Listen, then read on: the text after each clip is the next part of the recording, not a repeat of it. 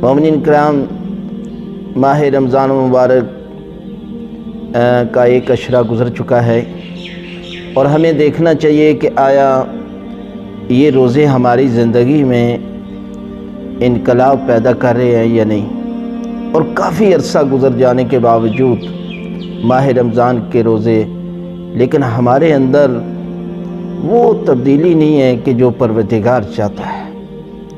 اللہ کے رسول کا فرمان ہے کہ روزہ انسان کے اندر حکمت پیدا کرتا ہے۔ اور حکمت کیسے پیدا ہوتی ہے؟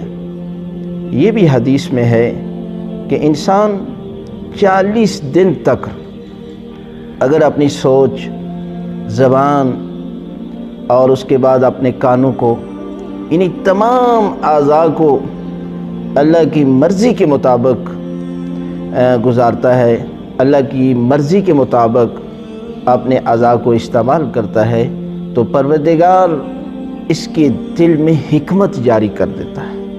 اور یہ روزہ انسان کے اندر تقوی پیدا کرتا ہے، انسان کو بچاتا ہے، اس کے زبان کو اور اس کے ہاتھوں کو اللہ کی مرضی کے مطابق استعمال کرنے کے لیے تیار کرتا ہے۔ اور یہ وجہ ہے کہ ہم زیادہ کھانے پہ زور دے دیتے ہیں، ہم سارا دن جو ہے وہ کھانے کی تیاری میں گزر جاتا ہے۔ اور انسان دو چیزوں کا مرکب ہے، ایک جسم اور ایک روح کا۔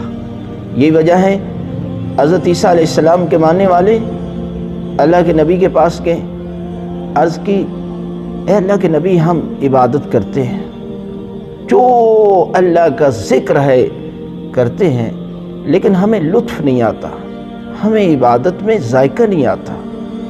اللہ کے نبی نے فرمایا کہ بہترین قسم کا کھانا تیار کرو۔ جب دسترخوان پر کھانا لگ گیا، اللہ کے نبی نے فرمایا کہ 2 بندے لے کر آؤ، ایک بیمار اور دوسرا تندرست۔ جب دونوں کو دسترخوان پر بٹھایا، کھانا کھا چکے، تو اللہ کے نبی نے پوچھا کہ کھانا کیسا تھا؟ جو بیمار تھا اس سے پوچھا، اس نے کہا کوئی ذائقہ نہیں، کوئی ٹیسٹ نہیں۔ اور جو تندرست تھا اس سے پوچھا تو اس نے کہا کہ آج بہت ذائقہ تھا، آج تو لطف آ گیا، کیا ذائقہ تھا، میرا تو دل کر رہا تھا کہ میں سارے کا سارا کھانا کھا جاؤں۔ اللہ کے نبی نے فرمایا کہ جس کا معدہ بیمار ہو اسے کھانے میں ذائقہ نہیں آتا، اور جس کی روح مردہ ہو اسے عبادت میں لطف نہیں آتا۔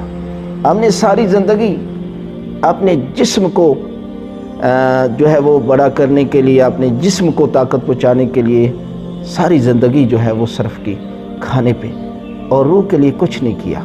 اور یہی وجہ ہے کہ ہمیں عبادت میں روزے اتنا عرصہ رکھنے کے باوجود بھی انسان اسی کی جگہ پر ہے کہ جہاں پر وہ پہلے تھا۔ اس لیے حدیث رسول ہے صلی اللہ علیہ وآلہ وسلم کہ انسان ایک لحظہ، یعنی ایک ساتھ، یعنی ایک گھنٹہ غور و فکر کرے تو یہ غور و فکر کرنا 70 سال کی عبادت سے افضل ہے۔ انسان کو غور و فکر کرنا چاہیے کہ آیا یہ روزہ وہ روزہ ہے کہ جو اللہ کی ذات نے ہم پر فرض کیا، جس کی وجہ سے انسان کے اندر تقوی پیدا ہوتا ہے، پرہیزگاری پیدا ہوتی ہے۔ کہ آیا وہ روزہ ہے کہ جو سوائے بھوک اور پیاس کے ہمیں کچھ حاصل نہیں ہوتا؟ یہ ہے کہ ہمیں سوچنا چاہیے، اور باقی دنوں میں وہ روزہ رکھنا چاہیے کہ جو پروردگار ہم سے چاہتا ہے۔